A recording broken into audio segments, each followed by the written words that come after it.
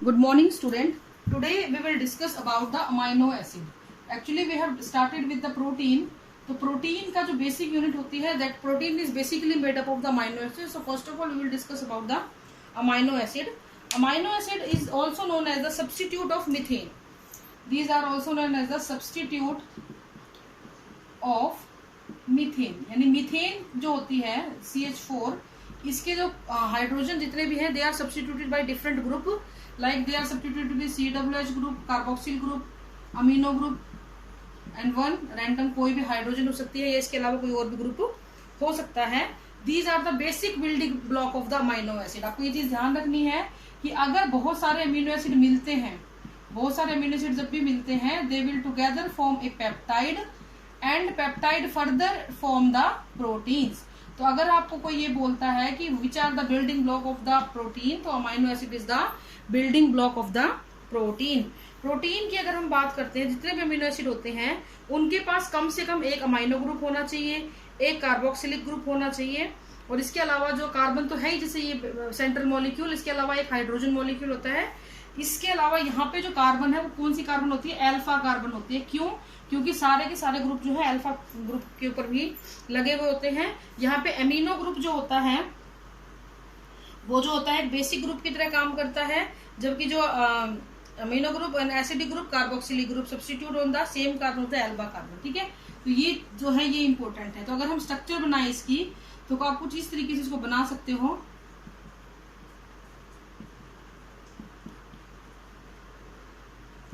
तो ये जो है ना ये आर, ये बार बार आपका वेरिएबल होता है और इसी के बार बार बदलने की वजह से आपको क्या मिलते रहते हैं? नए नए अमीनो एसिड मिलते रहते हैं. ये आर हाइड्रोजन भी हो सकता है, the most simplest one glycine. ये RCH3 भी हो सकता है, CH2OH भी हो सकता है, ये कुछ भी हो सकता है इनमें से. तो दिस इज द एक basic structure of A amino acid. तो आर जो है ये एक साइड चेन होती है. साइड चेन का मतलब क्या है? ये बदलेगा और आपको नया नया अमीनो एसिड मिलता चला जाएगा. ठीक है, एक चीज आपको ये ध्यान रखनी होती है, अल्फा कार्बन यहाँ पे कौन सा होगा? ये वाला नहीं होगा बेटा, ये वाला आपका अल्फा कार्बन होता है. तो basically this structure is the backbone of the amino acid. अगर कोई आपसे पूछे तो ये आपकी हो गई बैकबोन, ये NH2C COOH और H, और ये जो है ना ये हो गई आपकी साइड चेन. और इस साइड चेन के बदलने के बाद ही आपको नए नए प्रकार के अमीनो एसिड मिलते चले जाते हैं. जैसे अगर हम स्ट्रक्चर बनाते हैं एक simple amino acid that is glycine, तो वो कुछ इस प्रकार से होता है बच्चों. This is the most simplest form of amino acid that is glycine. Okay, glycine बोलते हैं इसको हम लोग. अब हम बात करते हैं आर के बारे में. आर जो होता है ये अलग अलग प्रकार से बदलेगा. जैसे यहाँ पे हाइड्रोजन आ गया, अगली बार हो सकता है CH3 आ जाए, अगली बार हो सकता है COOH आ जाए, या कोई और ग्रुप CH2OH आ जाए, कुछ भी हो सकता है और उसके हिसाब से ये बदलता चला जाता है. जैसे अगर CH2OH आ गया, इन केस अगर इस पे CH2OH आ गया तो हम इसको बोलेंगे सीरीन. अब ग्लाइसिन नहीं बढ़ा, या रह गया सीरीन. ठीक है, इस तरीके से अगर यहाँ पे CH3 ग्रुप आ गया तो ये बन जाता है एलेनिन. CH3 आ गया तो ये बन जाएगा बेटा एलेनाइन.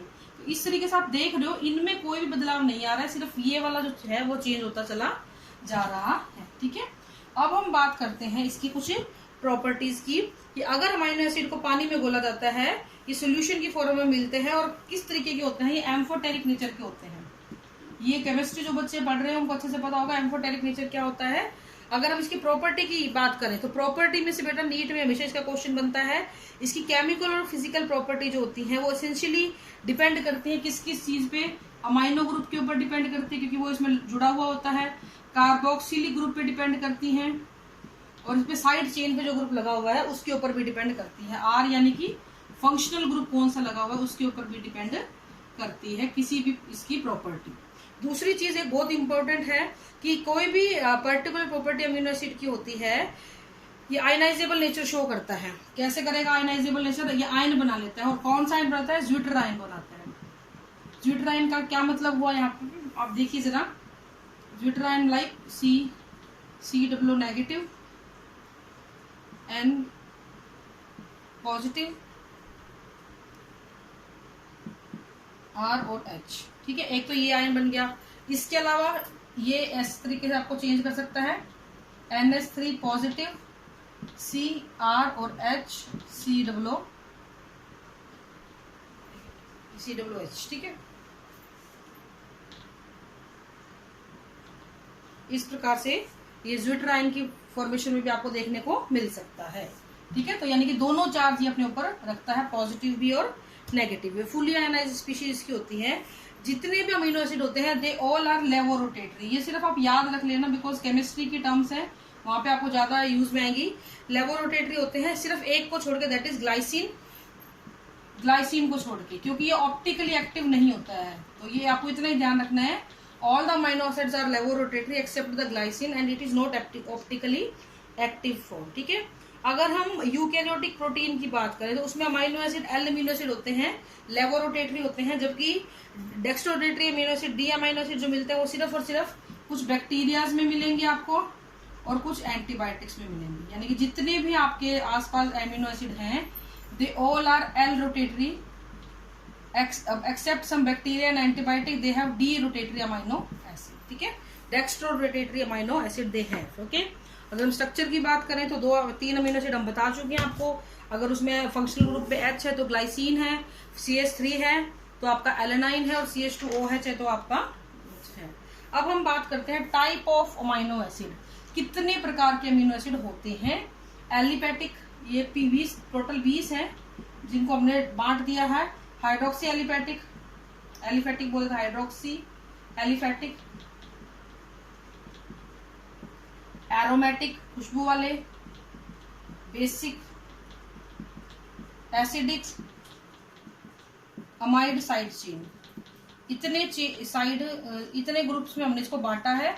और इसके अब एग्जांपल भी मैं आपको बताऊंगी। एलिफेटिक के एग्जांपल होते हैं आपके glycine, alanine, valine, leucine, isoleucine और प्रोलिन, ये आपके एलिफेटिक ग्रुप के। हाइड्रोक्सी के हैं टायरोसिन,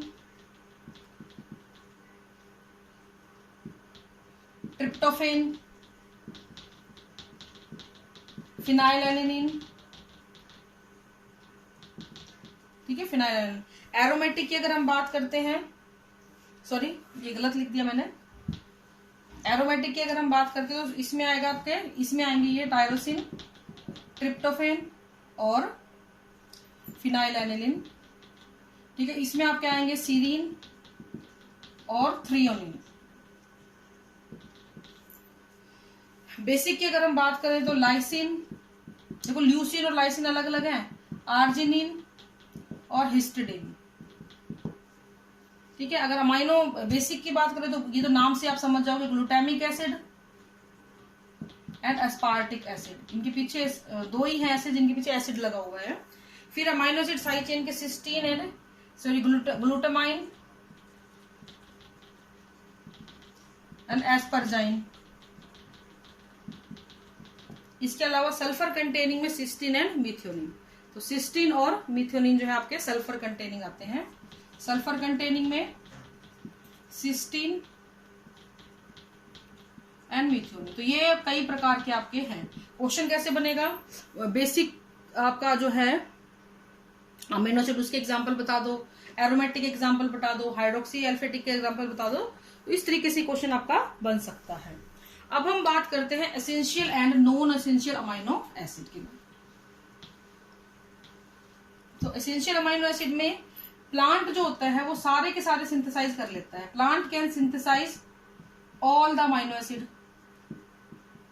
हर प्रकार के अमीनो एसिड को प्लांट सिंथेसाइज कर सकता है, लेकिन ह्यूमन सारे नहीं सिंथेसाइज कर सकता। बहुत सारे ऐसे अमीनो एसिड जो उसको बाहर से लेने पड़ते हैं, उनकी डाइट में उनको लेना पड़ता है, और इन्हीं को हम लोग बोलते हैं एसेंशियल अमीनो एसिड। तो essential amino acid are those which a human body cannot, a organism's body cannot produce itself, it has to take it from the diet। तो ये बॉडी में प्रोड्यूस नहीं होंगे, उनको बाहर से लेने पड़ेंगे।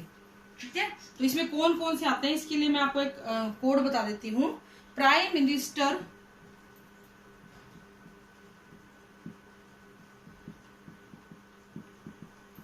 is very ill today। अब आप इसमें देखिए जरा, जो कैपिटल वर्ड है,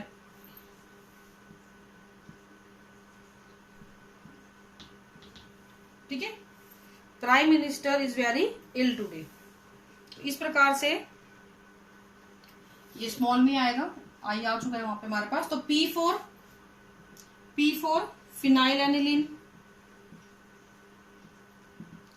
M4 मीथियोनिन, V4 valine. Capital letters को देखना, इसमें आप देखो हम तीनों ही वर्ड हैं, तो आइसोल्यूसाइन, ल्यूसिन, लाइसिन, और टी के लिए फिर दो आते हैं, ट्रिप्टोफेन एंड थ्रियोनिन। ठीक है, थ्रियोनिन